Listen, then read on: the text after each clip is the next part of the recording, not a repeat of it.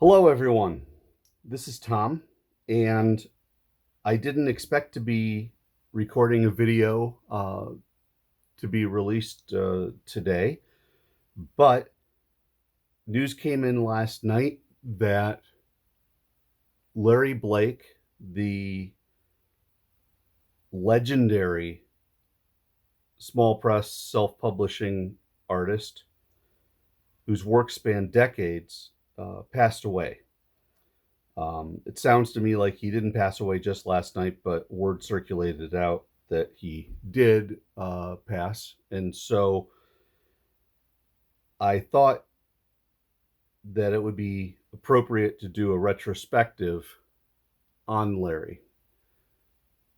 My actual interaction with Larry was nowhere close to what a number of other folks who are in the small press comics world had.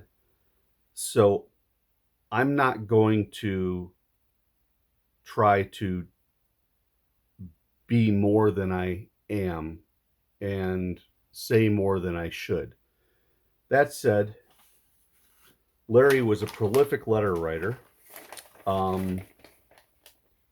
He actually wrote at one point a 10-page letter, but he did have a few things that he wanted to share. And so I've got some insight into what happened in his life, especially of late. And it is truly sad. But I choose today, rather than to focus on that, I'm going to focus on what I consider to be, for me and me only, a period of peak Larry Blake. Larry was, to call him prolific isn't fair. He was really everywhere, and he was so productive. And so I thought I'd share a couple things first that he did. This is the cover to Tetragrammaton Fragments 100.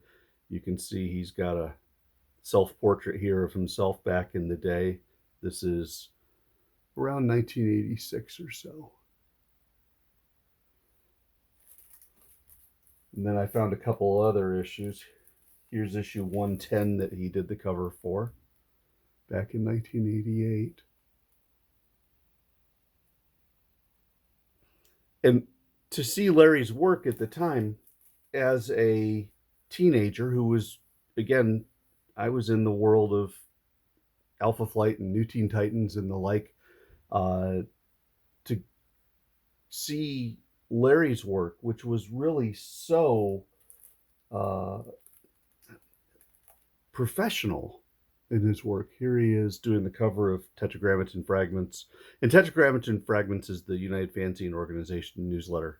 He was a member in very good standing. This is a 1989 piece he did of Ace Frehley. The man loves Kiss. I mean, he just loves Kiss, and you would see Kiss in so much of what he did. But to see Larry's work was to see a guy's work who translated extremely well between mainstream comics and what we call small press or alternative or self-publishing or what have you.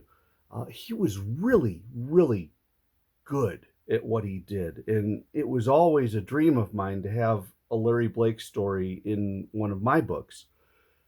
And I was fortunate that in Heroic number 7,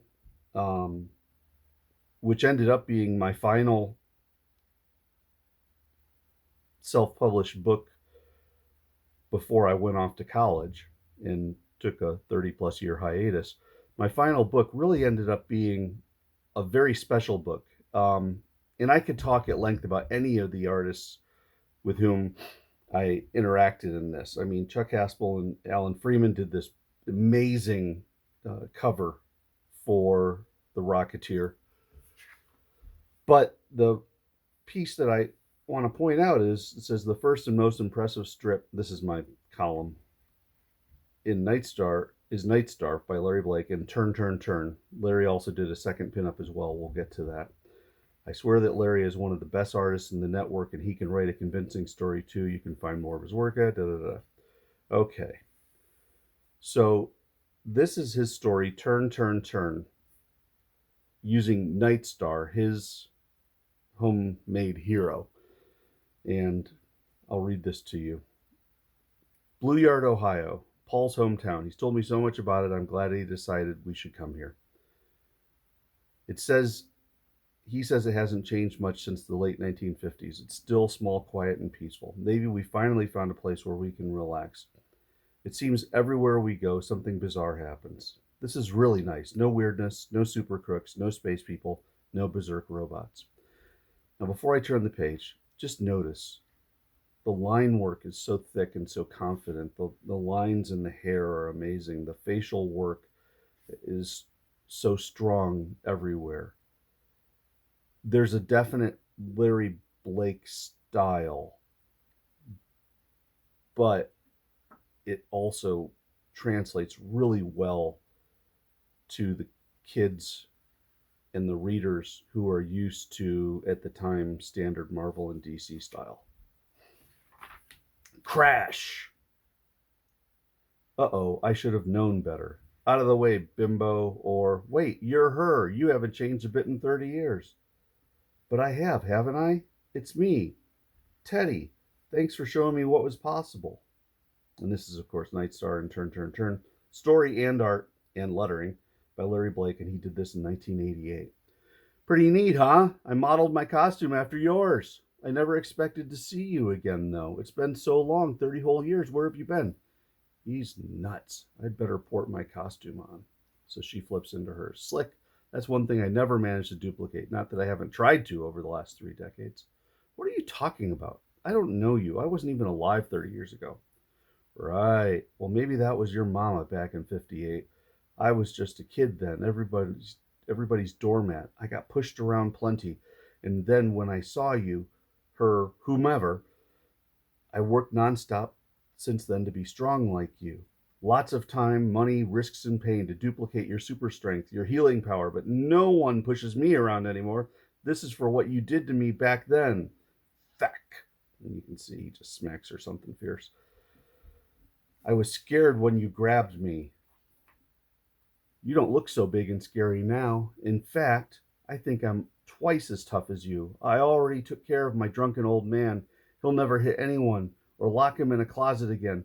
Now this whole stinking town is going to pay. I'll show him. Funny how time changes things. This guy's crazy. I got to take him out fast. For as strong as he is, it's not safe for anyone as long as he's loose. So she pops him. Thunk. Ha, I got you. Do you know how much pressure it takes to break an arm? And he says, crack. Ah. Or a jaw, a hand, a leg, some ribs, fingers, a nose, a foot. And you can just see she's going into a world of pain. Thud, thud, thud, thud. Now you're paying like all of them are going to pay real soon. I can't even move. He's moving closer. Not going to give me time to heal at all. He's going to kill me. Hurts to breathe.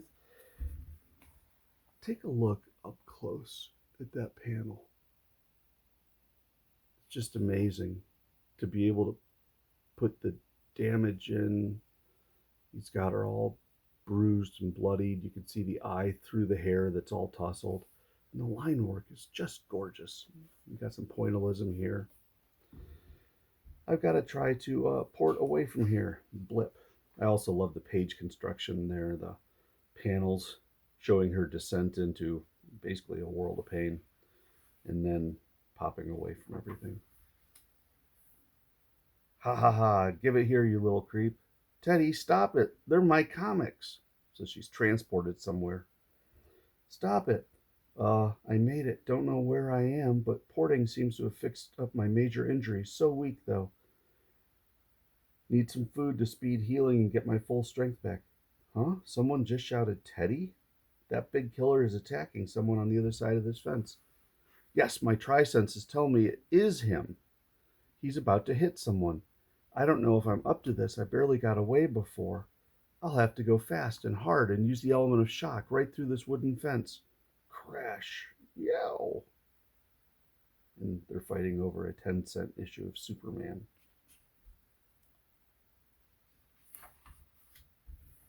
Another, a child? I don't understand. My tri-senses told me that was the same Teddy who beat me to a pulp over by the bank. I've got to go and find Paul. He'll be able. He's here. My tri-senses say he's right behind me. Paul, Wow, lady, that was neat. You sure got rid of Teddy. He's always starting fights. You're almost as strong as Hyperman.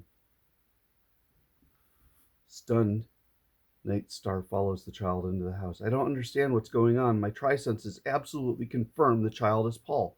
And before, they said the other one was the same big monster who hit me. Teddy's really a creep. His father's a big, scary guy, chases kids away. He doesn't even give out treats on Halloween. Hey, you want some Bosco? No, I don't believe so. What's your name, little boy? Oh, sorry, I'm Paul. At least that's what I want to be called. My real name is Perry Lake. What? That's right, Paul Burden was an assumed name. What's going on? Hey, I gotta hurry. It's almost time for Howdy Doody to come on TV. Want to watch with me? She sees the calendar. It says 1958. 1958? The year Teddy mentioned as we fought. I've gone back in time. It ties in with his saying he saw me in 1958. That child I grabbed really was him. And this boy really is Paul, as he was 30 years ago. Now, how strange, I never thought of him this way because I was never a child. I must somehow ported through time to this year that I was thinking of. At the moment, Teddy was beating me to death. Now I'm stuck. I don't know how to time teleport on my own. Are you a real hyperhero, lady? When I grow up, I want to draw Hyperman. I told CD Comics and I wrote to CD Comics and told them so. They never answered me, though. Look, Paul, I need to know where Teddy lives. Can you tell me? Sure, it's the brown house next door. Are you going to grab him again? You're going to beat him up for taking my Hyperman funny books? What am I going to do? Teddy, the monstrous adult killer version of him, is why I'm here. I know for a fact that his abusive father and other people will die by his hand in the future. But now he's just the bully of a child. Love the power pose there. He even implied that I had something to do with his being what he was, is, will be. I've got to do something, somehow change his course in life before he gets set on the road to being that adult super killer. I have a responsibility. And you can see the differences in perspective, the close-ups, the distance shots, the full body shots, use of black, use of shading. Larry did it all. I won't age like Paul. I may have to just live on from this point in time. Wait for him to catch up. Right now, though, Teddy's future is what's important. No, Daddy, I didn't mean to make you mad. You little brat, I'll kill you, you worthless little son of a gun. Teddy's screaming. I'm going in. Blip. Oh, who the heck are you? And you can see, I love this, how he has the inset panel showing the rage in her eyes. And then the big punch taking out Teddy's dad.